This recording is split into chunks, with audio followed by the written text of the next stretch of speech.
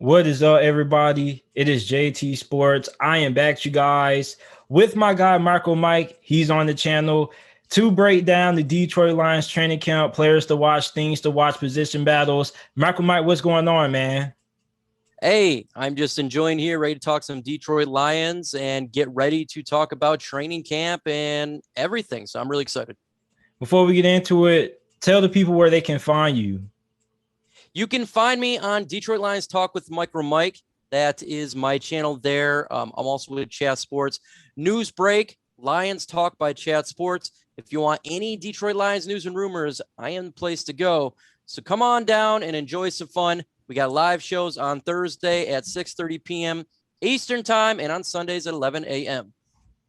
All right, and this is continuing my series of training camp previews for all 32 NFL teams. Make sure that you guys go ahead and click that playlist up above so you guys can check out the previous teams that I've already did previews for. Now, when you look at the Detroit Lions, first we got to talk about the defense because the defense obviously was the Achilles heel, but you bring in new head coach Dan Campbell. I like the attitude. I like the tenacity that he brings. I really like how he is approaching being the head coach. And it was reported that he was the wrong Dan Campbell. The real Dan Campbell was the one they wanted for Iowa State. But, I think this was a pretty good pickup so far. How you feel about him? I love Dan Campbell. He is definitely the type of coach that we need here in Detroit. He only cares about Detroit. He doesn't care what legacy media wants and how he wants to speak. We have a culture issue with Detroit. We have a issue of losing here in Detroit. And he's the type of individual that he played the game before, and he brought in a lot of coaches that with experience to help change this viewpoint, this dead spot of Detroit that it's been for so long. Last regime, it was all power grab. It was all do as I say, not as I do.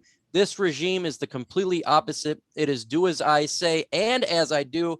And I really think that this is the correct regime to bring Detroit out of the dumpster of despair that it's been for the last 60 years. I want to start off with the defensive line because I feel like the defensive line is the strength of the Lions defense. Really good. I think this probably is like a top 13, top 12 defensive line that you guys have. You guys have the Core brothers. How are you feeling about this defensive line heading into training camp? Like, is there some concerns? Are there going to be some position battles there, or are the starting jobs already pretty much secure heading into training camp?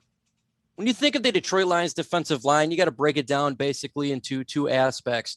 The interior defensive line of the Lions is extremely, extremely good. We drafted Levi Onwuzurike last in this year's draft in the second round. Then we turn around, got him Lee McNeil defensive tackle as well to make sure that running backs cannot run all over us. And they made sure that they shored up that hole. And there's going to be battles with those two going against Nick Williams. He's a veteran who did play with Chicago Bears just a couple of years ago, as well as John Pennicini and Deshaun Hand. I think the interior of the Lions is extremely, extremely good. The question mark really is pass rush. It's still the same group of people that we had last year. With that said, our scheme was so atrocious, it's really hard to grade. We got Trey Flowers coming back after injury. If he can just do a little bit better than what he's done, maybe get 7-8 sacks, should be fine because we got Romeo Okwara, who's actually the best defender on this defense, 10 sacks last year, and he can get after the quarterback. So if they can just stop the interior, stop the bleeding that they really want, I think the Detroit Lions defensive line should be fine. We'll just see how many sacks they get, how they can really get after the pass. That's more the question mark, but much improved from what was last year. The linebackers. So I'm not really that high on the linebackers, but I have read a lot of good things, especially about this rookie out of Purdue, Derek Barnes. Is that right? Derek Barnes out of Purdue. Yes, that's redrafted him in the 4th round.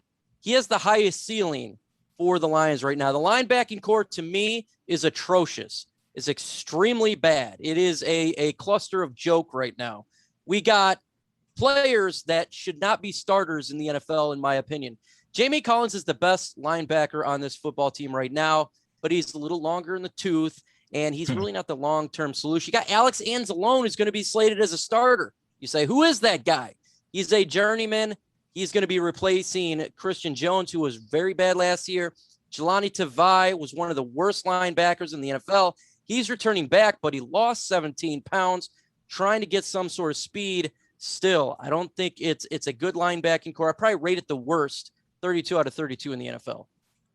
Yeah, so like when it comes to linebackers, like who are your projected starters and what are some guys that really need to step their game up in training camp who are on the bubble or on the fringe of making the roster? You got Jamie Collins. He's definitely the starter. He's the number one linebacker here. I think Derek Barnes probably end up being the number 2 guy, probably working the mic by midseason through the end for the Detroit Lions. You got Alex Anzalone, journeyman. I just talked about him.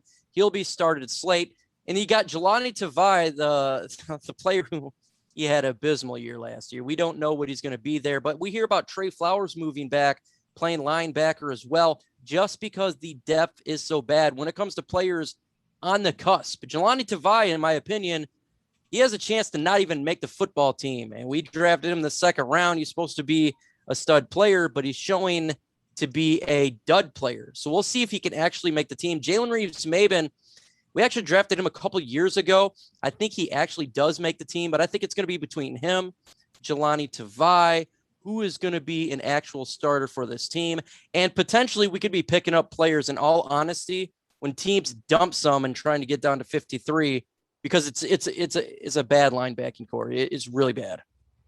Yeah, and one more about Jelani Tavai, because he really intrigues me because as a Steeler fan, like I really like him. Do you guys feel like, is it just his overall skill set, or do you guys feel like he was underutilized by the scheme last year? I think it has to do a little bit of scheme and the fact he was overweight. He was playing at such a heavy weight. He just could not get to the ball. He was slow, extremely slow. So this coaching staff came in here and told them he needs to lose weight. Basically, and what I thought it was, you need to lose weight or you're not going to be on the football team. So he dropped 17 pounds. He slimmed down a little bit. To me, it's more speed. He's just slow. If he can pick that speed up by losing that weight, I think he has intangibles to be able to play in this league, but it's still yet to be seen if he can live up to the expectations he should be and bring his speed up with his loss of weight. I think that's more than anything else. Now you look at the back end of the secondary. Let's start off with safety. A lot of Lions fans have been really concerned about safety. I don't know which one concerns you more, the linebacker unit or the safety unit. How are you feeling about the overall group of the safeties going into training camp? Very sad. It is very concerning because right now we have Tracy Walker, who's slated to be a starter. And he had a bad year last year, but so did everybody on defense. I think his is more of a schematic issues. I think now when you get Aaron Glenn, it's going to help him out a little bit. He will perform much better. But right now, as our slated number 2 is Will Harris. And in my opinion, Will Harris is not even a backup safety in the NFL. He is bad. He cannot read coverages well. He's always in the wrong spots. He doesn't make plays, and he lets players get behind him. That is not good to have as a starting safety. Now, we do got some players that we picked up for free agents. I think it's potentially they could beat him out. But in all honesty, we have him as our number 2, but he shouldn't even be a number 62 in the NFL. Now, let me ask you this. Do you think that there is a chance that the Lions could look to sign former Indianapolis Colts first-round pick Malik Hooker? He's been linked to Pittsburgh. He's been linked to Atlanta. You think there's a possibility he could end up in Detroit? We haven't heard any real rumors regarding Malik Hooker. Now, this is more of a fan thing. A lot of our fan base wants Malik Hooker in Detroit, including myself. Obviously, he has that injury history, and that's a little bit concerning, but he does have playmaking ability. And if the Lions could pick Malik Hooker up, maybe on a 1-year prove-it deal, can he stay healthy? It'd be extremely beneficial. But the way that I'm rating this coaching staff and the way that I'm rating Brad Holmes, I don't believe they're actually going to bring him in. And I think they're going to roll with what we have. And that's a scary thought. But Malik Hooker would be a massive upgrade over what we got right now. I know you guys don't have the best talent at safety, but if you had to choose one safety who you feel could have a good season aside from Tracy Walker, who would it be? You know, if they decided to take Melifonwu, who we drafted as a cornerback, and turn him more into a safety, he's a big body at 6'2". I think that could be the guy they would look at because He has dual ability. He can play on the outside as a cornerback. He actually can play nickel, but he also can play safety. And we do got very good cornerbacks in Jeffrey Okudah and Amani Oruwariye, who I think will take their game up. And we got Corn Elder as well as Mike Ford competing for the nickel spot. So it leaves a spot open. If they can attempt to push him in that safety spot, give him time there, that would be the guy I would look to for the Detroit Lions to elevate that spot. And you talked about corner. That's the last position we got to talk about on defense. I really feel like corner isn't as bad as some people make it out to be. Like, I really like Amani Oruwariye. I'm really glad that you guys got rid of Desmond Trufant, because I really feel like he has what it takes to be a solid outside corner in this league. Now, of course, we know Jeff Okudah had a letdown of a rookie season, and normally when you draft a cornerback in the first round and they don't do good right away, they normally don't really bounce back. So, like, I know Jeff Okudah definitely has to be on the top of your list of players to watch. How else are you feeling about this cornerback depth? We know about Amani, we know about Jeff Okudah, but who's behind these guys? Yeah, I'm pretty happy with the cornerback depth and the young talent that we have at the cornerback position. Amani Oruwariye is very underrated cornerback in this league. To me, he's a very solid number 2. And every year he's progressed. His rookie year, he was terrible in the beginning. By the end of the year, you're seeing him really get grasp and pick it up. Last year, he was basically the number 2, and he was doing a very outstanding job. Yeah, you get beat every once in a while, but you know how cornerbacks are. It takes generally 3 years to develop. This is his 3rd year, and I think he's going to be elevated. When it comes to Jeffrey Okudah, everyone needs to understand that last year it was pandemic year, and he was injured with a groin injury. Plus the fact he was a rookie cornerback on the worst scheme of all time when it comes to Matt Patricia. Bring in Aaron Glenn, a real off season. His confidence is completely back in minicamp. You can see it. He's actually progressing.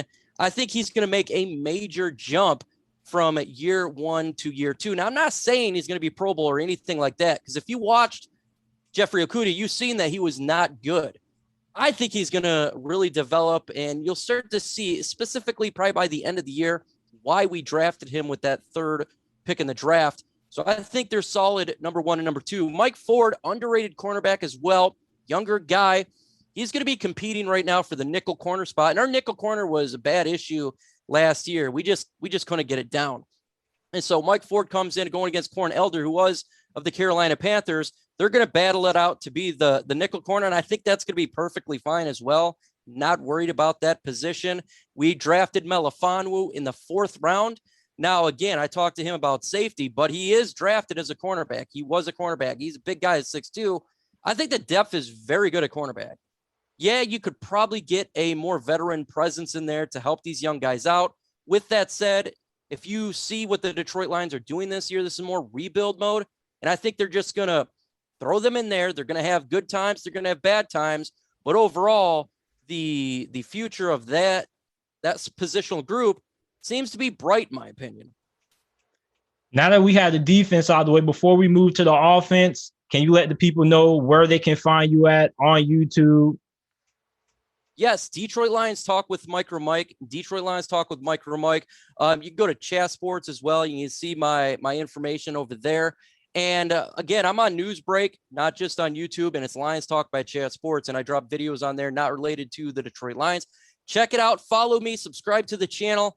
And if you got questioned about a team not related to the Lions, I'm very unbiased. I try to give a perspective, not being a homer, not drinking the Kool-Aid that much. And we'll talk about fantasy and your team as well.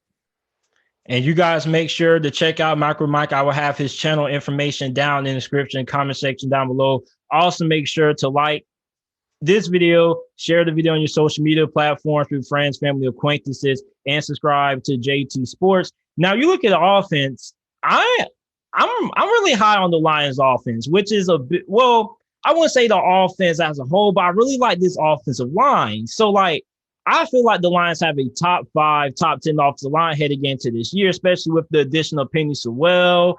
Like, how are you feeling about this offensive line? Are there any issues of concern, or do you feel like the starters are set in stone and this offensive line is going to be as good as I expect it to be? I expect this offensive line to be top 5, top 10 as well. Offensive line last year was ranked 11, predominantly in that area.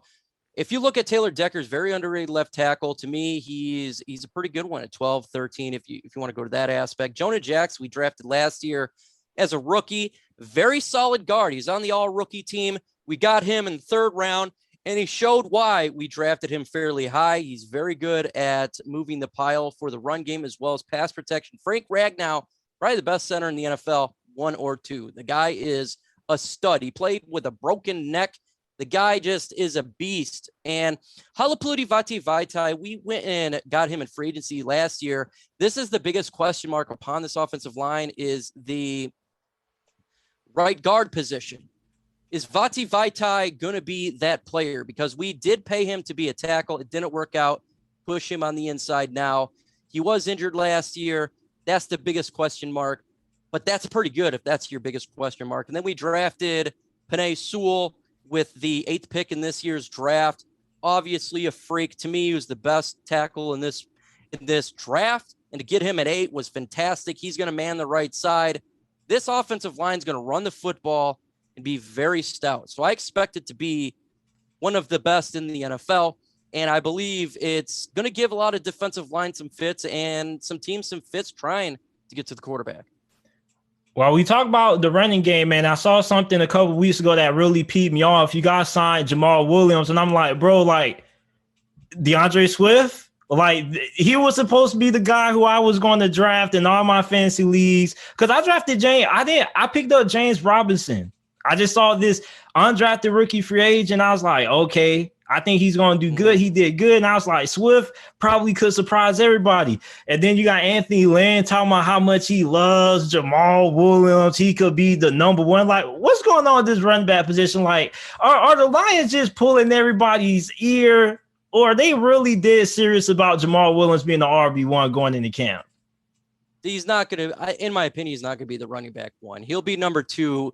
The Detroit Lions are known for passing for the last 12 years. That's what we've been known for. Now we're going to a team that's predominantly going to run. If I was to say plays, probably going to run, 60, 70% of the time. And if you looked at training camp, we're doing a lot of our passes. Jared Goff is going to the running backs because of the lack of depth at the wide receiver core. These running backs are going to get a ton of playing time.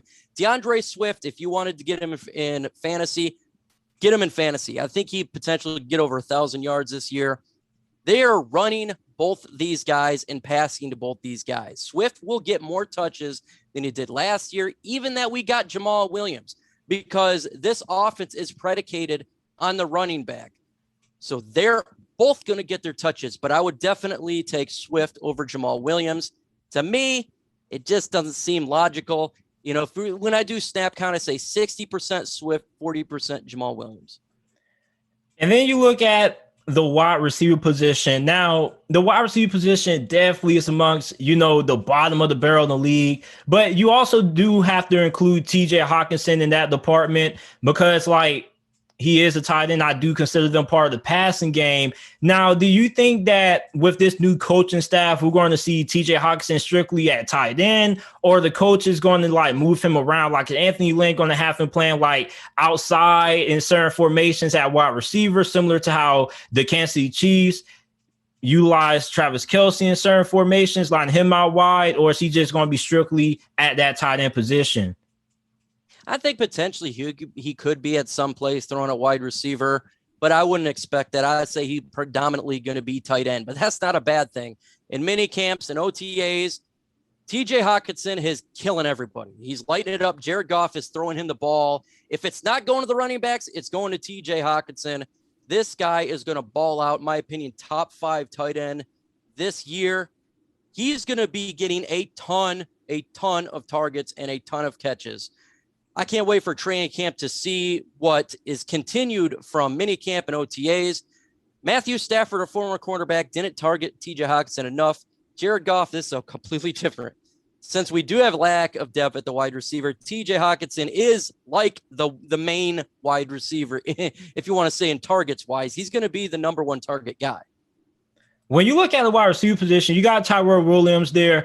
I think you're good with him at your number 1 because a lot of people forget when AB went on his rampage with the Raiders organization, was about to beat up Mike Mayock. they got rid of him, and Tyrell Williams kind of saved them because they were in a similar situation that you guys are right now. They had a lack of depth there, didn't really have a number 2, number 3 option. Tyrell Williams came in, he had a really good season. So you look at Tyrell Williams, I definitely think he's a solid option there, but aside from him, what else? I mean, you got Amon-Ra St. Brown. A lot of people are pretty high on him playing that slot receiver positions where he's expected to play. But I mean, how high are you on him and the rest of these wide receivers? I'm pretty happy with Tyrell Williams. I think he'll do as good as he can do as long as he can stay healthy. That's just more the thing with him. If you look at our offense, we're predicated on running the football and play action. Tyrell Williams fast. He'll get a lot of deep passes. He'll be fine. I think he would be a solid number 2 for another team. But considering how we're going to operate our offense, I think he'll be okay. Brashard Perryman right now is slated as number 2. We're seeing him drop passes in camp. That's kind of worrisome. We'll see how that works out. Quintez Cephas is our rookie we got last year. He's actually showing very good in minicamp and OTAs. I like to see his progression. I think by the end of the year, he'll be a solid number 3 for the Lions as he continues to progress because Jared Goff is targeting him. Amon-Ra St. Brown. Yeah, I think he's going to get a ton of targets. He was the 15th wide receiver 15 wide receivers are taken ahead of him. And I think he'll probably be a top 5 rookie wide receiver because he's going to get targeted quite a bit. Swiss Army knife, can play in the middle. He can play on the outside. This guy is determined, and he's going to be a playmaker for the Lions. So look for Cephas, Amon-Ra St. Brown to be, I guess, sleeper wide receivers, and Tyrell Williams to be the guy everyone will start focusing on fairly quick in the regular season. Now, I saved the best for last, the quarterback position. Now, pretty much the only thing that really matters is Jared Goff, and everybody else is everybody else. But when you look at Jared Goff, like, how has he performed so far during OTAs and minicamps? Because I know I've seen a lot of Lions fans on social media being really irritated that Sean McVay seems to be gushing over Matthew Stafford, as he should, because he gave up, like several first-round picks to get him. So, like, are you Lions fans gushing over Jared Goff? Like, how is he performing? It's funny when this trade occurred. Before the trade occurred, I said, what would be nice if they got Jared Goff in exchange for some sort of trade. Lo and behold, they got Jared Goff. And shout out to the Gridiron Blitz. He was talking about that before. Everyone said in legacy media that Jared Goff is one of the worst quarterbacks in the NFL. You generally hear around 30. Just absolutely atrocious. And I stated way before OTAs and minicamp that this is ridiculous. He's not this mouth breather, crayon eater, window licker persona that he's getting out there. And we've seen that in OTAs and minicamp. He's been extremely accurate, hitting the targets, reading his reads, and doing exactly what you would expect him to do. Now, I have him right around 16, 17 in the NFL. Is it a downgrade from Stafford? Yeah, it's a downgrade.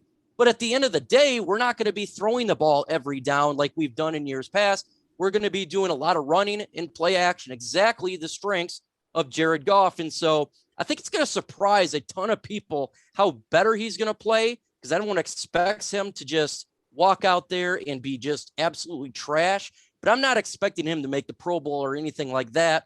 If you're doing fantasy, I wouldn't take Jared Goff in fantasy, but he's going to be solid for the Lions. And I saw a report that came out a few days ago that said that the Lions do not view Jared Goff as a bridge or fringe quarterback. They actually view him as a long-term option there. So, like, I was telling people this. I was like, listen, like, Jared Goff is good enough to get you there. He's good enough to win you a Super Bowl. Like, the thing is, like, he's not one of them quarterbacks that you over-rely on and say, hey, I need you to throw the ball 40 times, 30 times a game and win you the game for me. Like, he's a quarterback, like, you give him the right necessary tools around him and you don't ask him to have to win the game for you. He can definitely pull it off. But, like, who's the backups? Because, there's going to be somebody in the conversation that's going to want to hear him. So, like, who's the backups behind Goff? It's interesting when it comes to the backups. We really don't know who's going to win the competition there. We got David Blau. He's coming, I think it's his 3rd year. He's been with the Detroit Lions now, and he's going to be competing. Is he going to actually make it? I don't know. He showed signs in training camp. Are the Lions going to keep 2 or 3 quarterbacks? We don't really know. We got the backup from the Green Bay Packers He actually did fairly decent for Green Bay in preseason games. But let's be honest here, it's Aaron Rodgers' show. So we really don't know what we don't know. So just like in any NFL team, if we lose our quarterback, I think it's going to be an issue for wins. But at the end of the day, it's not like this team is going to be a playoff winning team. It just is what it is. It is what it is, man. All right, everybody. This is my guy, MicroMike, that we have on talking Detroit Lions football, giving us a training camp preview and breakdown. Before we let you go, man, I want to say thank you for coming on. And one more time, let people know where they can find you at and what you have coming up on the channel over the next couple of weeks and months. Well, for the next couple of weeks, it's just kind of be doing everything I can to maintain some sort of audience because it's dead right now. But training camp comes up, be doing daily training camp updates, what's taking place. We do live shows every Thursday and Sunday, 6:30 p.m. Eastern time, Thursday, 11 a.m. on Sunday. Live Q&A. If you got questions, we have answers. We'll be doing the live watch parties, Lions versus whoever they're playing. And if you're one of the individuals, the team we're playing against, make sure you show up because I'd be fair and balanced when I'm doing play-by-play. And it is MicroMike on YouTube, Detroit Lions Talk with MicroMike. Everybody, make sure that you guys go ahead and check out MicroMike. I will have the link to his channel down in the description in the comment section down below. It'd be the pinned comment. And I appreciate MicroMike for coming on, man. Hey, no problem. Anytime, JT. He's one of the better YouTubers out there. I've known this guy for a long time. So make sure you enjoy that content. You got to hit that like button. That's how you get his videos out there. Share it. I know it sucks sometimes. You want to click that button, but make sure you click it. Let's get this guy to 15K, then 20K, and eventually 100. Definitely, man. I appreciate you for coming on, man. Hey, no problem, man. Anytime.